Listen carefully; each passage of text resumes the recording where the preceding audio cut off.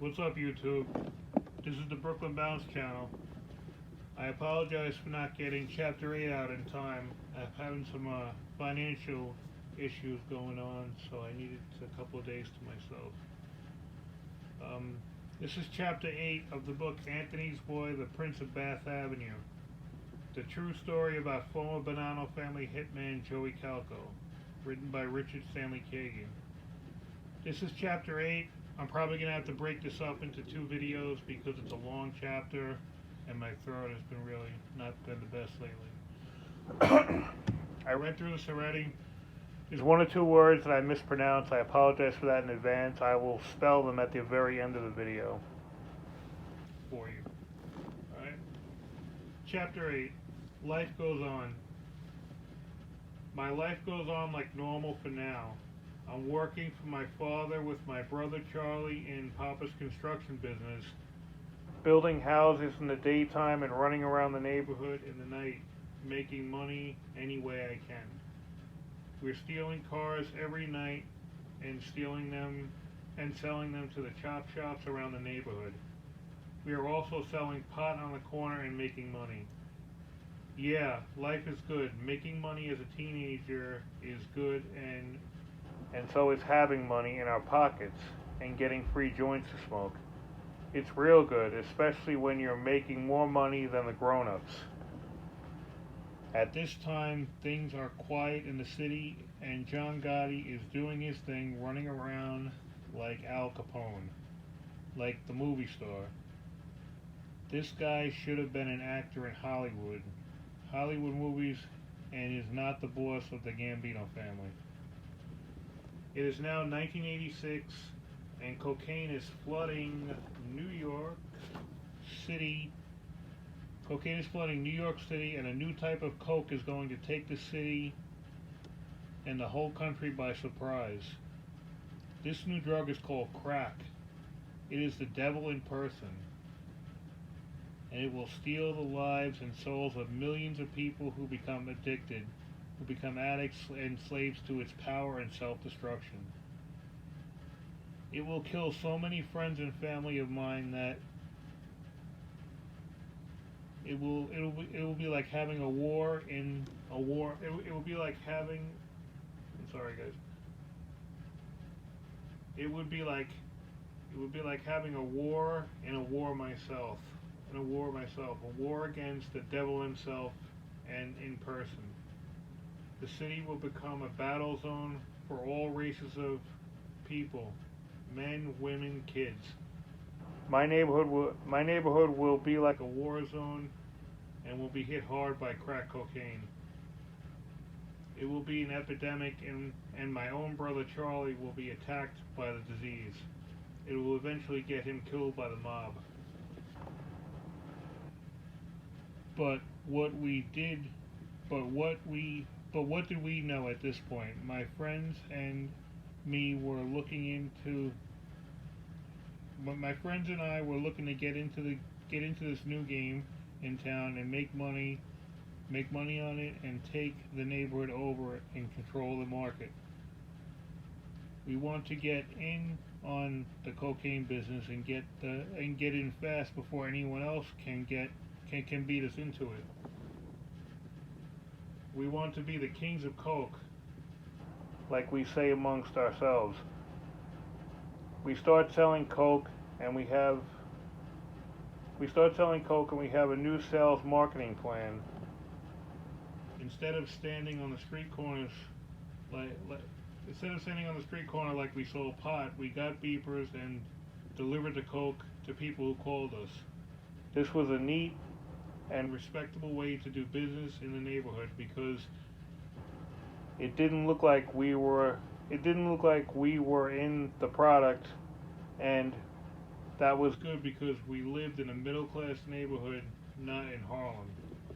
Sorry about that, guys. It was kind of the sentences were structured so badly. I think the publisher was quoting them verbatim, so it was kind of run-off sentences. I apologize for that, though. Next paragraph. We try to be discreet in this new form of drug dealing because We don't want to get busted by the law or by the wise guys. Yeah. We also got La Cosa Nostra to worry about because you could get yourself killed by the mob by dealing drugs in our home turf. A lot of mob families don't like drug dealing. It's some kind of mortal thing they believe in, and they outlaw drug dealing. It's a part of the rules that go back to the old days. But the old rules went out the window the day that John Gotti killed Big Paul. That was a big reason why Gotti killed Big Paul, because his brother Gene was dealing H, that's heroin, and Big Paul wanted him killed for violating La Cosa Nostra rules. The rules that no made member of the Gambino family was allowed to deal drugs. This law was passed by Carlo Gambino himself, who died in 1976 of natural causes. He was a good man, Carlo Gambino. My father used to tell me stories about him and how he would help people in the neighborhood. My father was one of the people that he helped. One time, my father did a concrete job for a neighbor, and the neighbor would not pay up. So my father contacted Carlo and asked for his help so he could recover the money. Well, he got the money back thanks to Carlo, and the neighbor became a very nice guy to our family. This was the kind of man Carlo was, always helping others. Sure, he made his money in one certain way, but you can't blame a man for being preposterous, especially when he shared his wealth and power. This was the mob I grew up with, so you can't blame me for trying to help people myself and try to grow up like Carlo Gambino. But time changed, like everything else in life, and you have to change with the times, or you'll get left behind. You won't have any You won't have any power or friends.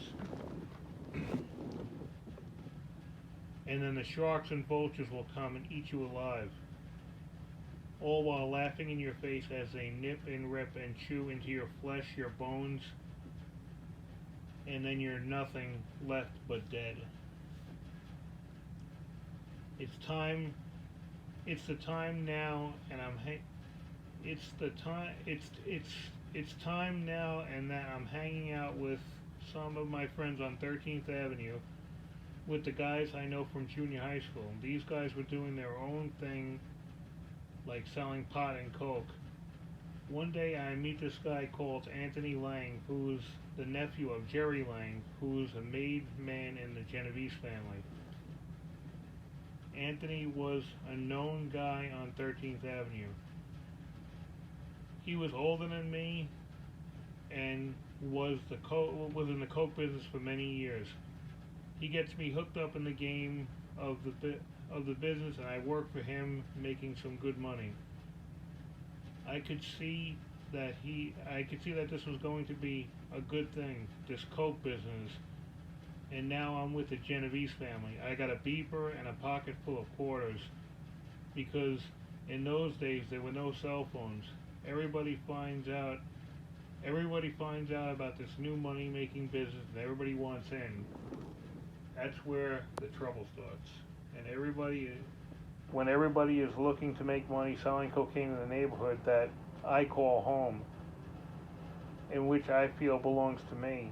I was born and grew up here. I own it. That's my home. 13th Avenue is a good neighborhood and is governed and controlled by the Colombo family. They're always keeping things safe for people who live there.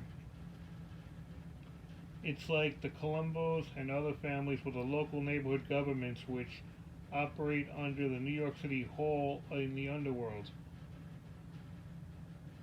They even had their own elected officials. They call them dons and bosses and underbosses and couple regimes and soldiers and associates, and one of which I am now. Carmine Persico, the new boss of the Colombo clan, and all of my friends on 13th Avenue with him, Frank Heidel, John Merte, Mike DeRosa, Stephen Gerthwer, Gewther. Sorry, guys. These are the guys in which the crew was called the Wimpy Boys. They had a social club called the Wimpy Boys Social Club on 13th Avenue where they all hung out. There was a guy there named Gregory Scarpa who was the acting boss of the Colombo family at the time. When I was hanging out on 13th Avenue, Carmine Persico was doing 100 years in prison for the commission case when a young assistant United States attorney named Rudolph Giuliani prosecuted the first RICO case against the mob.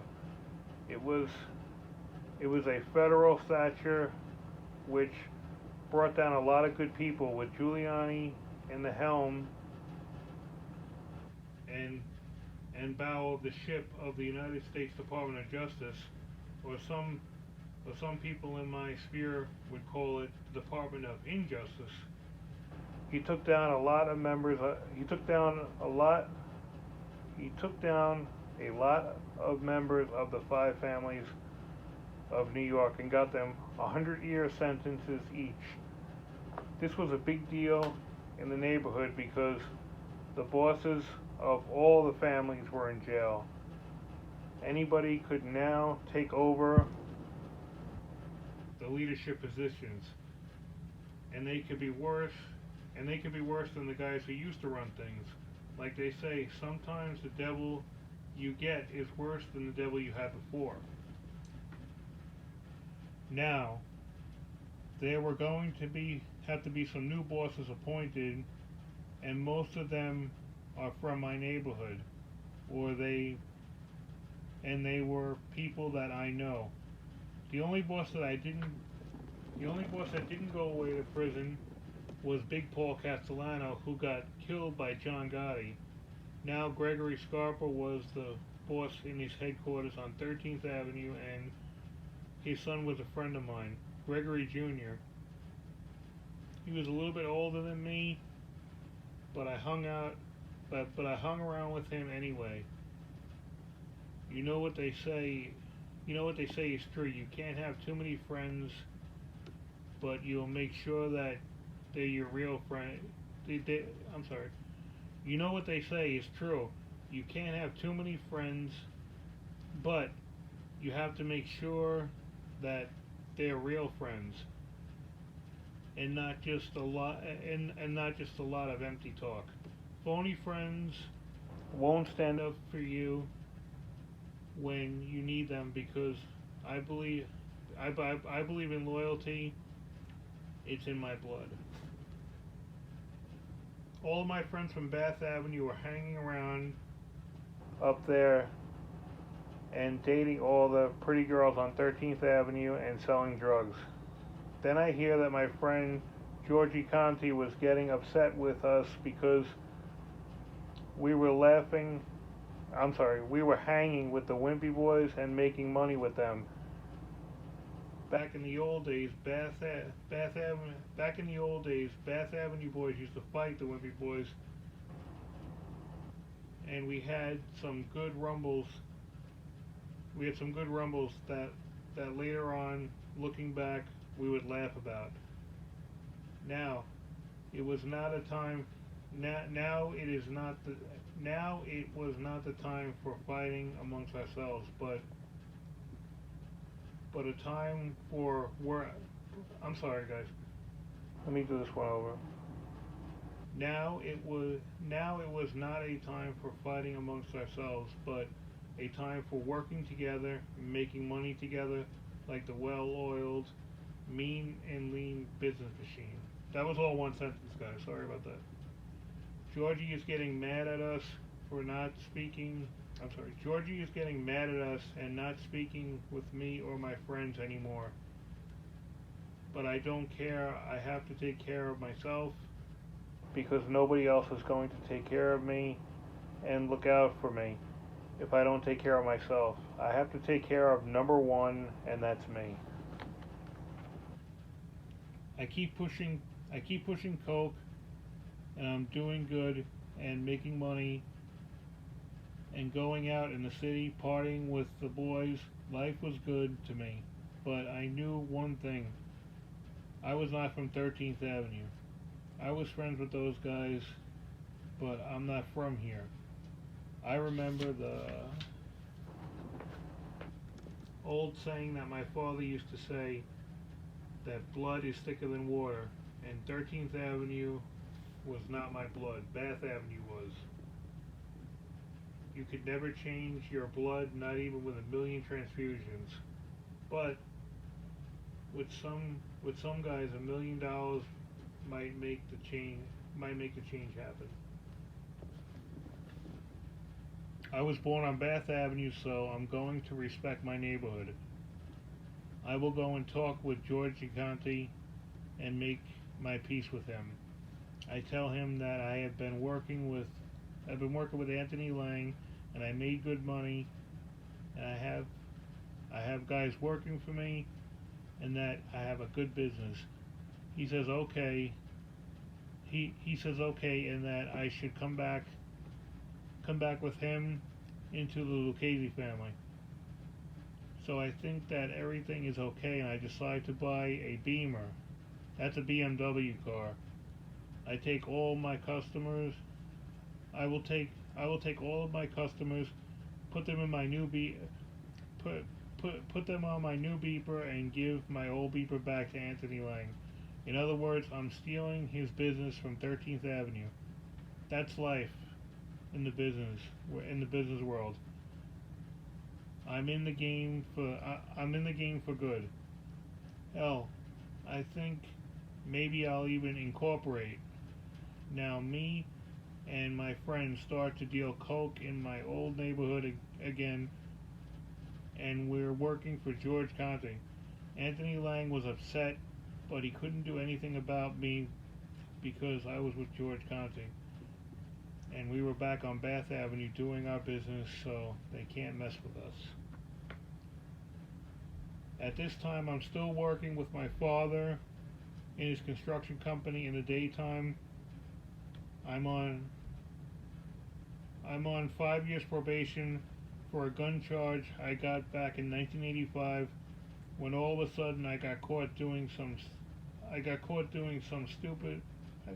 All of a sudden I got caught doing some stupid thing, and I got put in Rikers Island for 1 year. Now I feel I'm living nightmares. Now I feel I'm a living nightmare, and I have bad dreams at night. Everyone is robbing everyone, and I'm just trying to survive. Rikers Island is no place for a white boy from a middle-class neighborhood. I'm learning real how fast. Hold on, guys. I'm sorry. These sentences are all mashed together. I'm learning real fast how to survive here. You have to fight for your life and for everything you own, because if you didn't, you would have a big problem. These people are like high beams, and you know how it is in the jungle when you have to do whatever you have to do to survive. You have to survive at all costs. I'm doing my time working peacefully in the prison and going to school to try and get some brains. And I don't do crazy things anymore. I get out in 1986. I'm working with my father to do an honest day's work. I'm not hanging out with my friends because I don't want to go back to prison. But It doesn't last very long. My friends start coming over my house to say hi and hang out with me on the block. Then we start going to school. We start going to the schoolyard again, and then to the avenue, and I start all over again selling drugs and screwing up my life big time. My whole life is over, Pinto. The years go by and I've done a lot of crazy things. Sometimes I think about them a lot, and I haven't told anyone about the real bad stuff yet.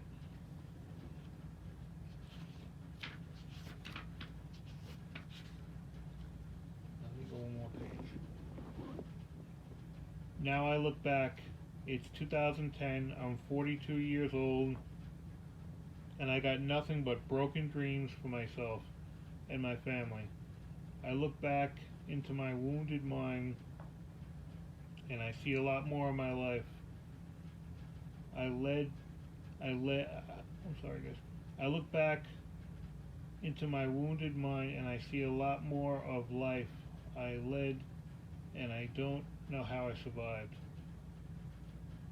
One day, I'm out on 17th Avenue and Bath Avenue playing football with my friends on the corner. It was a nice day in the fall.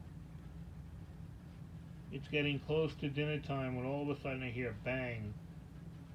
I look around the corner at 17th Avenue and I see Georgie Conti with a sawed-off shotgun in his hands, and Nick Isos with his head blown off laying in the street. I can't pronounce that name, I'm sorry guys. It's Iusoe. That's the last name of Nick.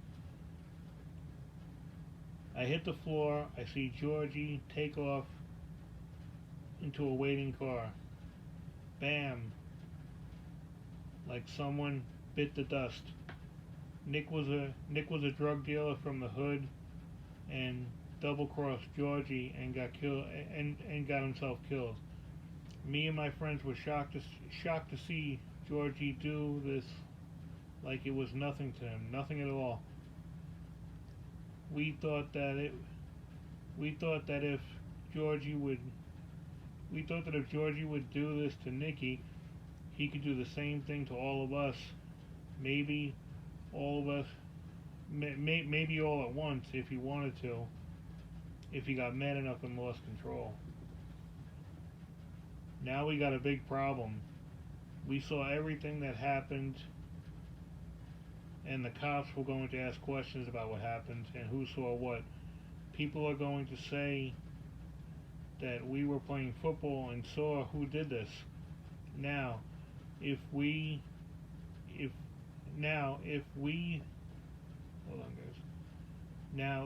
say that we didn't see anything because we were in the middle of the football play, and the testimony of the people who were watching you says we saw something, and we say we didn't see anything, then cops could arrest us for lying and for obstructing the government justice or administration of some other trumped up charge that they always use to grab people and bring them down to the police station, rough them up, book them, and throw them into the slammer. So we figure we'll have to make up a story that we thought it was a car backfire, we didn't pay any attention to the bang. Let the cops prove we were lying. We know we got rights, and we're ready to use every one of those rights. Alright guys, I'm coming up on the 25-minute mark. I'm gonna come back later on with the rest of the chapter, the rest of chapter 8.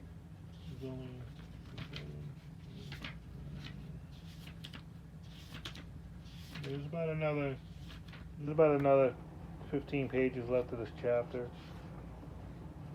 and there's a lot of courtroom talk back and forth. Basically, it looks like a lot of names I gotta figure out how to pronounce for you guys. Alright, I'm gonna get that other video up later on this evening or this afternoon. Alright, thank you guys for listening. Please like, share, subscribe, and help me grow my channel. Thank you guys. I will be back later, and have a nice, wonderful weekend. Bye.